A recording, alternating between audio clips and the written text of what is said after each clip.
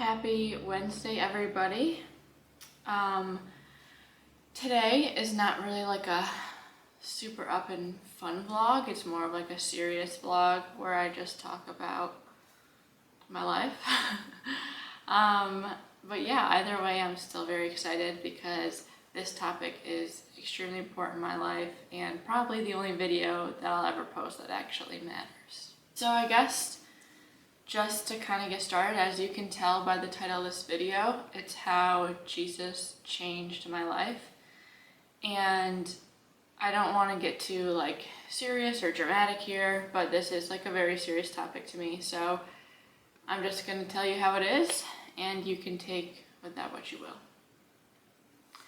I guess to get started, for those of you who don't know me, and even those of you who do, you probably don't know my story just because I'm a very like private person when it comes to personal struggles and things like that. But I'll kind of just explain my story in a quick little synopsis so that you guys have an idea of who I am, where I come from, all things like that. A little bit about me.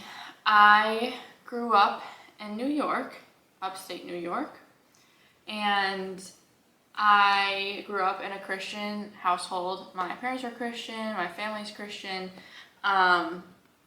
So I grew up going to church, and not just on like Easter and Christmas, like all the time we would go to church. I had a very good upbringing. I have very stable parents. They're together, they're not divorced. My home is the exact opposite of a broken home. I have a great sibling, I have great friends, I had an awesome school that I went to growing up, a great hometown. I really did not have much to complain about at all. I did well in school, I did well in sports. But with that being said, I was only really Christian because of my parents, which I feel like is how a lot of people start out as Christians. You're not a full-on Christian when you're 2 years old, but I hadn't really stepped into my own faith yet, and it wasn't until my junior year of high school, which is when I really found God.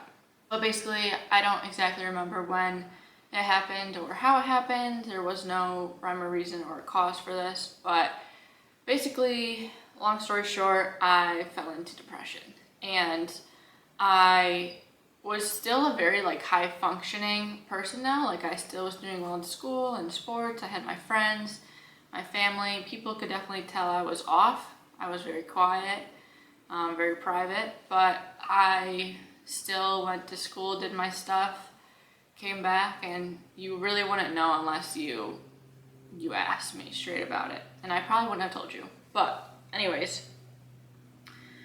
I was just so depressed, and I just remember feeling guilty about it because I had no reason to be. I had great friends, I had great family, I had a great situation, I was doing well in everything I was doing. I had no reason to feel depressed, but depression doesn't really always make sense.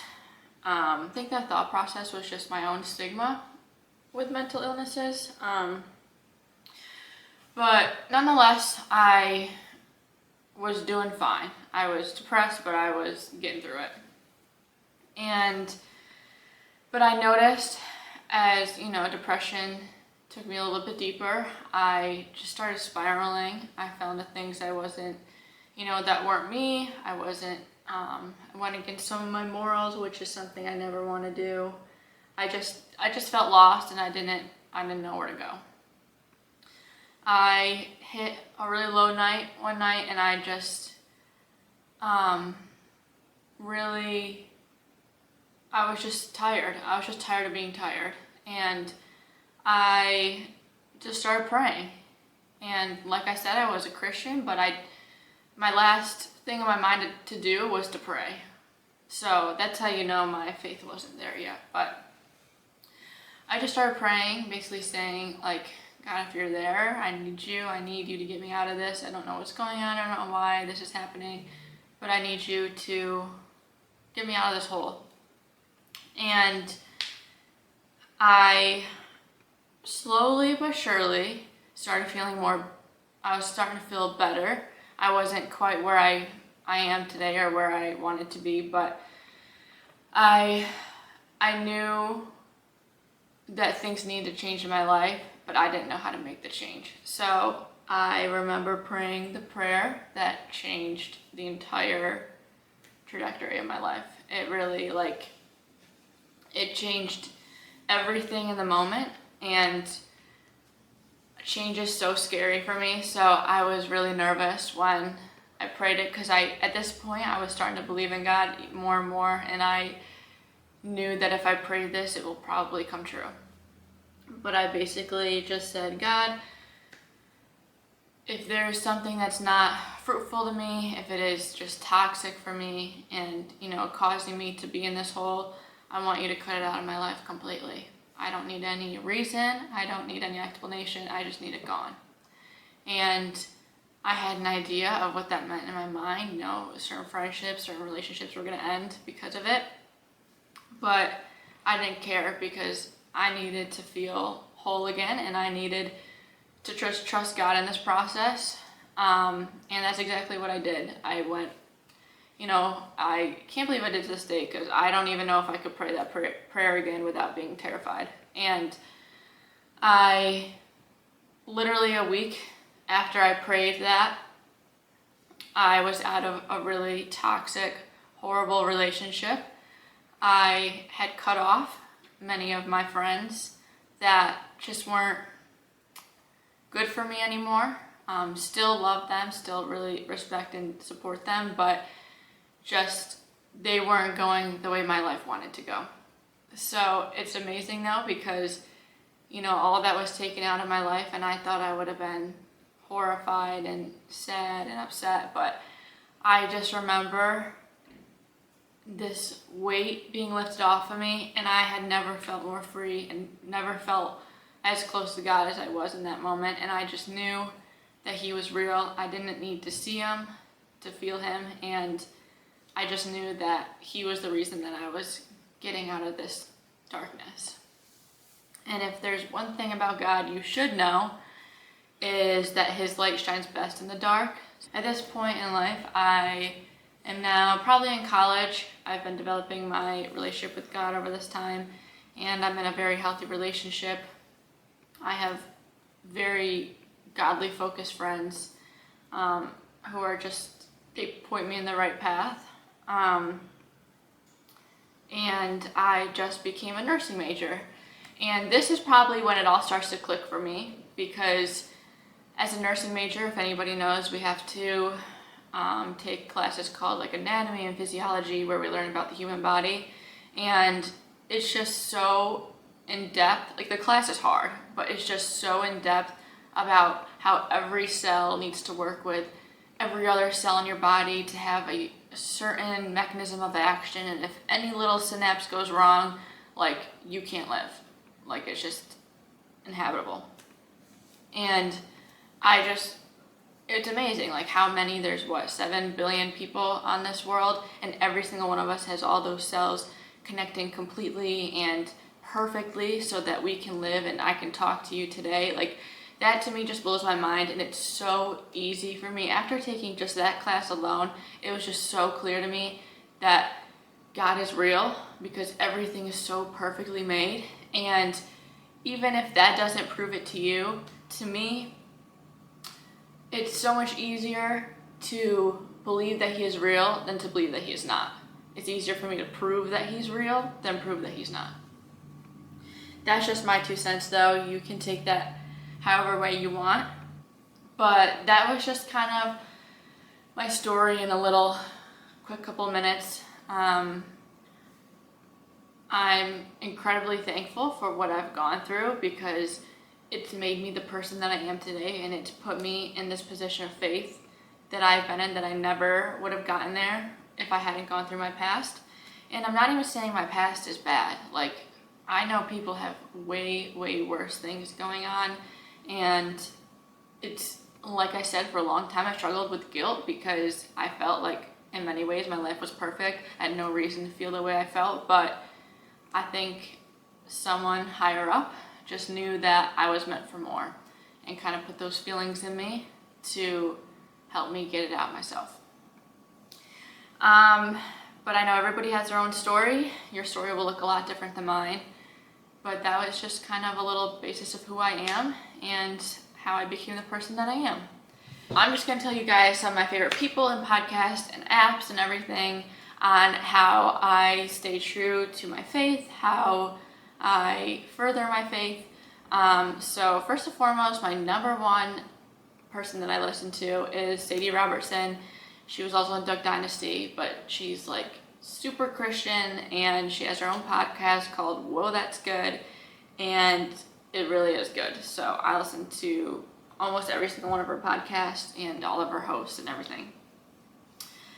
To go along with that, I have Greg. Don't know how to pronounce his last name. I should, because he's literally one of my favorite preachers, but I'll put his name here just so you guys can look him up if you want to. He's just so knowledgeable and wise and intelligent, and you could tell he really thinks before he speaks, and he's very articulate with his words in ways that I could never be. I love listening to him.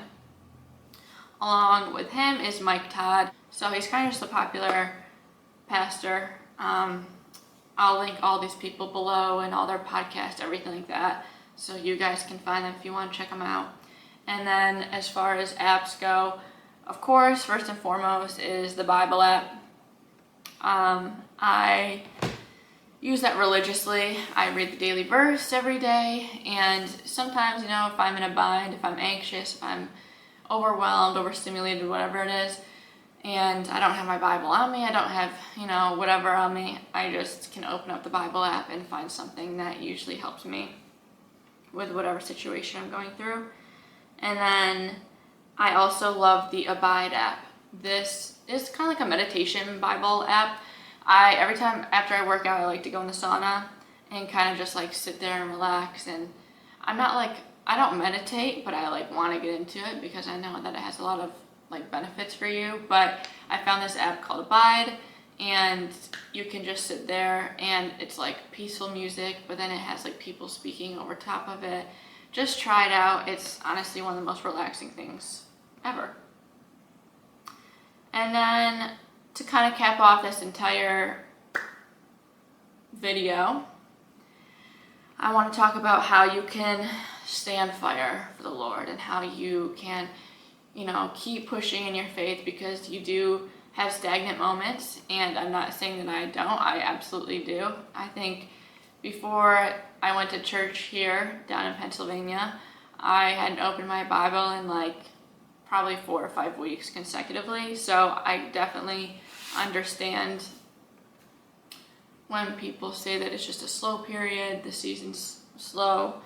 But here's just ways that I found that sometimes can help me break that bad habit, because it's understandable. We have a million things going on around us. We have work, school, friends, social life. We got to go to church. We have so many things to do that it often slips away. But this is how I found helps me to stay on track and just create a daily habit in my life. So find a church that you really, really like. This can be an in-person church. It can be an online church. I don't think you have to go to church personally to feel the presence of God, because God is not just in a church. I think it is important to be around all those other people that worship God, though, because His presence is stronger, in my opinion, and you just have all those positive influences on your life. Surround yourself with good friends as well. Not just good friends, but godly friends. And if they aren't full-on Christians, they're not going to be at the same stage you are with your faith. But if they're not Christian, don't just kick them to the curb either. Don't sacrifice your morals or whatever for, to keep that relationship. But I do think that you are set into some people's lives to show them God and show them Jesus. And I think that if we just kicked everybody who wasn't a believer to the side, then nobody else would become a believer. So I think it's still very important to just take in everybody you can and love people the way Jesus does, so that you can really be living proof of a loving God, as people say. The biggest thing right here that I want to disclose before we end this is to do your own research. The Bible is super complicated. The words are difficult. You can't read it like a book left to right. The history is hard. Like, the names are difficult. Like, everything in here is honestly a challenge to get through, because it's just so complex. At least in my mind, I'm not great at deciphering these things. So you have to do your own research, and definitely watch what other people have to say and their interpretations and how they break down the Bible, but don't necessarily believe the first one you see either, because there's a million ways you can break down a single verse in here. It's kind of like the news today. You have to watch all the news channels to get the right information. That's how I feel about the Bible. But this faith is your faith only, so don't just believe what one person says. Christians, even though I like to believe that most of us are trying to represent God the best way possible, we're humans and we make mistakes and we fall short. We will fall short every single time. So you cannot put your faith into Christians or Christianity. You have to put your faith solely in God, or else you're going to be disappointed every time. There are just so many reasons why I believe in God, and I could go on and on for hours longer telling you about stories and just reasons why God has really, how God has really impacted my life and others around me, but this is probably already too long as it is, and I'm going to try to keep it shorter. But if you guys have any questions or want to hear something else or whatever it is, you can let me know below and I'll try to get back to everybody. But yeah, I hope that you guys, learn something valuable from this, and that you guys, maybe this opened up your eyes to your own faith. And that's my goal. This is how Jesus changed my life, so hopefully this is how he will change yours. But I will see you guys next Wednesday for probably a much more upbeat kind of vlog. Thank you guys for watching, and have a good day.